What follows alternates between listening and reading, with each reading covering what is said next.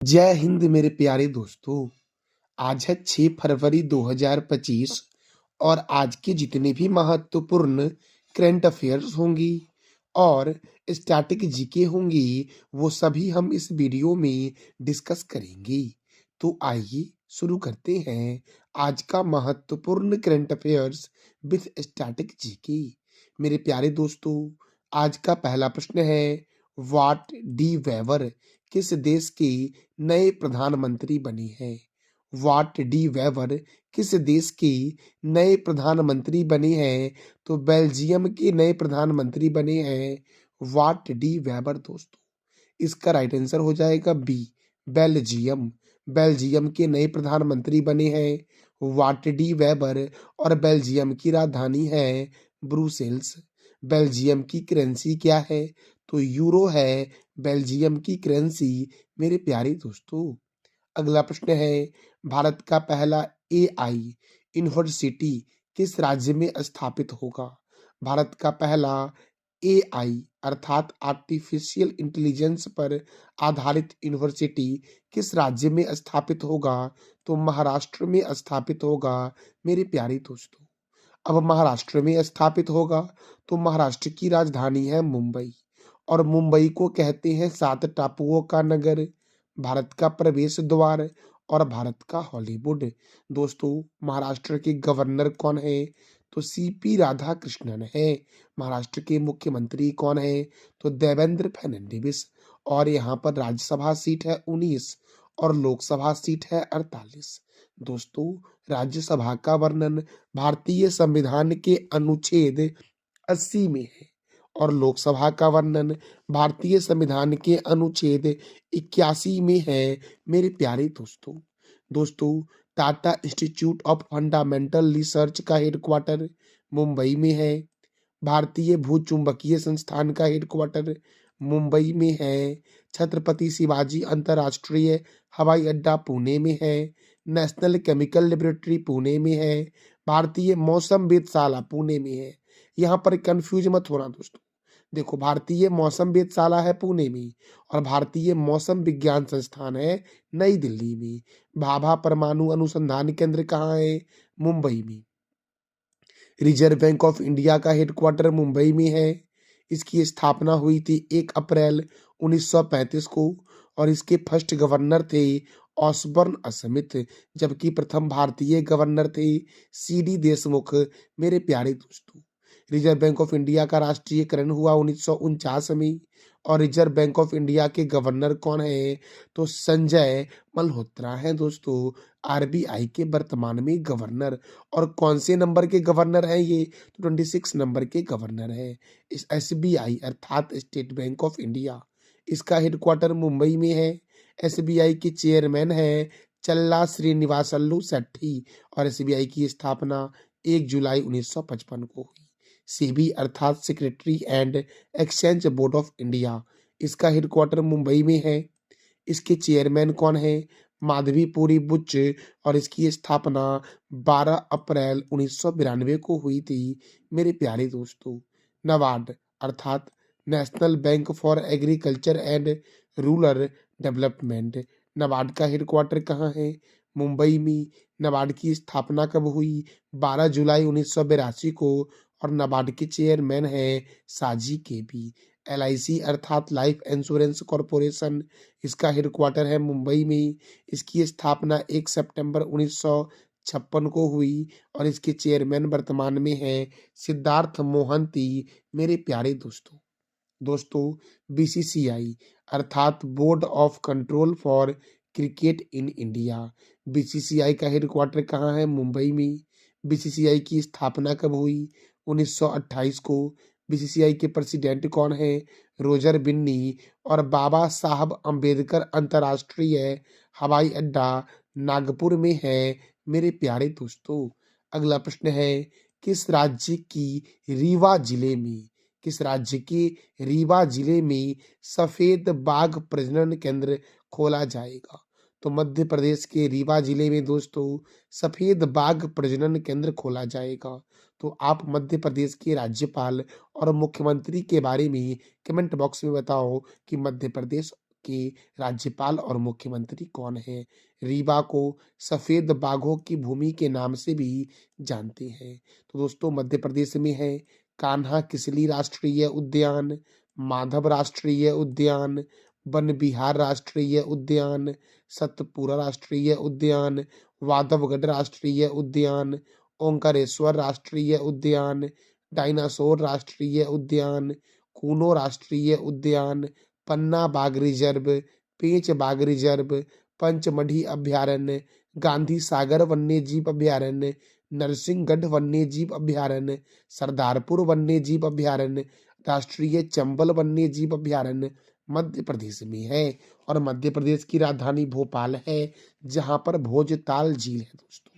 और राजा भोज अंतर्राष्ट्रीय हवाई अड्डा भोपाल में है। देवी अहिल्याबाई होलकर अंतर्राष्ट्रीय हवाई अड्डा इंदौर में है। सोया प्रदेश और टाइगर स्टेट के नाम से मध्य प्रदेश को जानते हैं। मध्य प्रदेश का पड़ोसी राज्य कौन कौन सा है?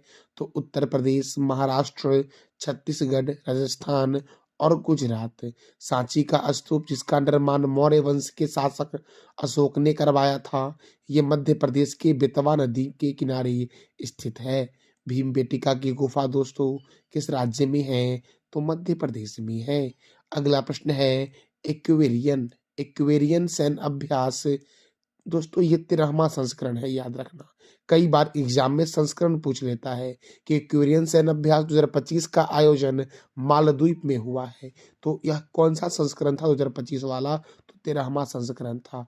तो एक्वेरियन सैन्य अभ्यास 2025 का आयोजन भारत और किस देश के बीच हुआ है? तो भारत और मालदीव के बीच हुआ है दोस्तों। तो मालदीव के बीच हुआ है, तो मालदीव की राजधानी क्या है? तो मालदीव की राजधानी है माले। मालदीव की करेंसी क्या है? मालदीवियन रुपया। और मालदीव के प्रेसिडेंट हैं मोहम्मद मुइज़ू, मालदीव के राष्ट्रपति हैं मेरे प्यारे दोस्तों। अगला प्रश्न है मिचीबीकी। मिचीबीकी 6 उपग्रह किस देश ने लॉन्च किया है? मिचीबीकी 6 उपग्रह दोस्तों नेविगेशन सैटेलाइट है यह, और इसे किस देश ने लॉन्च किया है? तो जापान ने लॉन्च किया है। और जापान की स्पेस एजेंसी का नाम है जक्सा। जिस तरह से अमेरिका की स्पेस एजेंसी का नाम है नासा और भारत के स्पेस एजेंसी का नाम है इसरो, उसी तरह से जापान की स्पेस एजेंसी का नाम क्या है? जक्सा दोस्तों। तो देखो जापान के स्पेस एजेंसी जक्सा का फुल फॉर्म है जापान एरोस्पेस एक्सप्लोरेशन एजेंसी। इसका हेडक्वार्टर कहाँ है? टोक्यो में। और इसकी स्थापना हुई थी 1 अक्टूबर 2003 को। भारत दोस्तों भारत की स्पेस एजेंसी का नाम क्या है? इसरो। और इसरो की स्थापना कब हुई थी? तो 15 अगस्त 1969 को इसरो की स्थापना हुई थी। और नासा की स्थापना हुई थी 29 जुलाई 1958 को दोस्तों। अच्छा दोस्तों डीआरडीओ, डीआरडीओ की स्थापना भी 1958 को हुई थी, बस डेट था 1 जनवरी 1958। डीआरडीओ का फुल फॉर्म है defence research and development organisation. तो डीआरडीओ और नासा की स्थापना 1958 को हुई थी, बस डेट याद रखना कि 1 जनवरी को डीआरडीओ की स्थापना हुई और नासा की स्थापना 29 जुलाई को हुई थी। तो मेरे प्यारे दोस्तों ये जो मिचीबीकी नेविगेशन सैटेलाइट है, इसका प्रक्षेपण स्थल कहाँ था? तो तानेगाशिमा अंतरिक्ष केंद्र से इसे लॉन्च किया गया था। और ये जो तानेगाशिमा अंतरिक्ष केंद्र है, ये कागोशीमा कागोशीमा प्रेक्षक के पास स्थित है मेरे प्यारे दोस्तों। दोस्तों अब देखो जापान की राजधानी क्या है? टोक्यो। जापान की करेंसी क्या है? Japanese yen. जापान के पीएम कौन है? तो शिरेबु इशिबा। जापान के संसद का नाम है डाइट। जापान का राष्ट्रीय चिन्ह क्या है? गुलदाउदी। जापान का राष्ट्रीय खेल है जूडो। और जापान और भारत के बीच जो अभ्यास होता है सहयोग काइजिंग होता है। धर्म गार्जियन सैन्य अभ्यास भारत और जापान के बीच ही होता है। अगला प्रश्न है व्हाट्सएप आधारित मन मित्र किस राज्य में 161 सरकारी सेवाएं उपलब्ध करेगा? तो आंध्र प्रदेश में व्हाट्सएप आधारित मन मित्र 161 सरकारी सेवाएं उपलब्ध करेगा। दोस्तों अब देखो आंध्र प्रदेश की राजधानी है अमरावती। आंध्र प्रदेश के मुख्यमंत्री हैं चंद्रबाबू नायडू। आंध्र प्रदेश के गवर्नर हैं एस अब्दुल नजीर। भाषा के आधार पर गठित होने वाला देश का पहला राज्य कौन है? आंध्र प्रदेश। आंध्र प्रदेश में विधानसभा सीट है 175, राज्यसभा सीट कितना है 11 और लोकसभा सीट कितना है 25 दोस्तों। आंध्र प्रदेश की स्थापना कब हुई थी? तो 1 अक्टूबर 1953 को हुई थी। कोलेरू झील गोदावरी और कृष्णा नदी के डेल्टा पर स्थित है आंध्र प्रदेश में। पुलिकट झील दोस्तों तमिलनाडु और आंध्र प्रदेश में स्थित है। अर्थात तब पुलिकट झील जो दोस्तों है ये खारे पानी की भारत की दूसरी सबसे बड़ी झील है जो आंध्र प्रदेश और तमिलनाडु की सीमा पर स्थित है। खारे पानी की सबसे बड़ी झील है चिल्का झील जो भारत का पहला रामसर स्थल भी है। तो आंध्र प्रदेश की सीमा लगती है तेलंगाना से, कर्नाटक से, तमिलनाडु से, छत्तीसगढ़ से और ओडिशा से। श्री वेंकटेश्वर राष्ट्रीय उद्यान, पुलिकट लेक वन्य जीव अभयारण्य, नागार्जुन सागर श्रीशैलम वन्य जीव अभयारण्य, पापी कोंडा राष्ट्रीय उद्यान आंध्र प्रदेश में है। बालाजी मंदिर तिरुपति में है। भारत का सबसे गहरा बंदरगाह विशाखापट्टनम है। दक्षिण मध्य रेलवे का हेडक्वार्टर सिकंदराबाद, दक्षिण तटीय रेलवे का हेडक्वार्टर विशाखापट्टनम, केंद्रीय तंबाकू अनुसंधान संस्थान है राजमुंदरी में। और मेरे प्यारे दोस्तों आंध्र प्रदेश का मुख्य लोक नृत्य है कुचिपुड़ी और कोलट्टम। एशिया की अंडों की टोकरी के नाम से जानते हैं आंध्र प्रदेश को मेरे प्यारे दोस्तों। अगला प्रश्न है हाल ही में टाटा स्टील मास्टर्स शतरंज का खिताब किसने जीता है? तो मेरे प्यारे दोस्तों आर प्रज्ञानंद ने जीता है टाटा स्टील मास्टर्स शतरंज का खिताब। और ये जो टाटा स्टील मास्टर्स शतरंज का खिताब था इसका आयोजन हुआ 2 फरवरी 2025 को नीदरलैंड में मेरे प्यारे दोस्तों। अगला प्रश्न है स्तन कैंसर को शीघ्र पता लगाने के लिए, स्तन कैंसर का शीघ्र पता लगाने के लिए किस आईआईटी ने पहला कैंसर जीनोम एटलस लॉन्च किया है? तो आईआईटी मद्रास के द्वारा दोस्तों स्तन कैंसर का शीघ्र पता लगाने के लिए पहला कैंसर जीनोम एटलस लॉन्च किया गया है। किसके द्वारा? तो आईआईटी मद्रास के द्वारा दोस्तों। अगला प्रश्न है रोमानिया की सिमोना हालेप का संबंध किस खेल से है? देखो दोस्तों ये जो सिमोना हालेप हैं इन्होंने संन्यास की घोषणा की है टेनिस से। तो इनका संबंध है टेनिस से मेरे प्यारे दोस्तों। दोस्तों देखो Narang cup, Chadha cup, Amrit Diwan cup का संबंध बैडमिंटन से है। Walker cup, circuit cup, rider cup, Dunhill cup और प्रिंस ऑफ वेल्स कप का संबंध गोल्फ से है। Ezra cup, Prithvi Pal Singh cup, Radha Mohan cup और क्लासिक कप का संबंध पोलो से है। Bengaluru blue challenge cup, Nehru cup, federation cup का संबंध बास्केटबॉल से है। Ranji trophy, Irani trophy, Duleep trophy, C K Naidu trophy, Rani Jhansi trophy, Deodhar trophy, GD Birla trophy और रोहिंटन बारिया ट्रॉफी का संबंध क्रिकेट से है मेरे प्यारे दोस्तों। दोस्तों जो भी मैं आपको स्टैटिक बताता हूँ वो लगभग आपके सभी एग्जाम के लिए महत्वपूर्ण है दोस्तों। तो आप इसको अच्छे से नोट भी किया करो नोटबुक में। आप जितने अच्छे से रिवीजन करोगे उतना ही अच्छे से आपको दोस्तों याद भी होगा। देखो बेसबॉल में खिलाड़ियों की संख्या होती है 9, खो खो में होती है 9, पोलो में कितने खिलाड़ी होते हैं 4, कबड्डी के एक पक्ष में कितने खिलाड़ी होते हैं 7, नेटबॉल के एक पक्ष में भी होते हैं 7 खिलाड़ी दोस्तों। तो कबड्डी में और नेटबॉल में कितने खिलाड़ी हैं 7, पोलो में 4 है, खो खो में 9 है और बेसबॉल में 9 है मेरे प्यारे दोस्तों। आप बता दो कमेंट बॉक्स में कि बास्केटबॉल में खिलाड़ियों की संख्या कितनी होती है। अगला प्रश्न है किस राज्य के पार्वती अरगामी विश्व आर्द्रभूमि दिवस 2025 मनाया गया है? किस राज्य के पार्वती अरगामी विश्व आर्द्रभूमि दिवस 2025 मनाया गया है? तो उत्तर प्रदेश के पार्वती अरगामी दोस्तों विश्व आर्द्रभूमि दिवस 2025 मनाया गया है। तो विश्व आर्द्रभूमि दिवस मनाया कब जाता है? 2 फरवरी को दोस्तों। और इस बार के विश्व आर्द्र दिवस का थीम क्या था? तो इसका जवाब दे दो आप कमेंट बॉक्स में। अब उत्तर प्रदेश के गोंडा में स्थित है पार्वती अरगा जहां मनाया गया विश्व आर्द्रभूमि दिवस। तो याद रखना उत्तर प्रदेश की राजधानी है लखनऊ और लखनऊ है गोमती नदी के किनारे। उत्तर प्रदेश के मुख्यमंत्री हैं योगी आदित्यनाथ।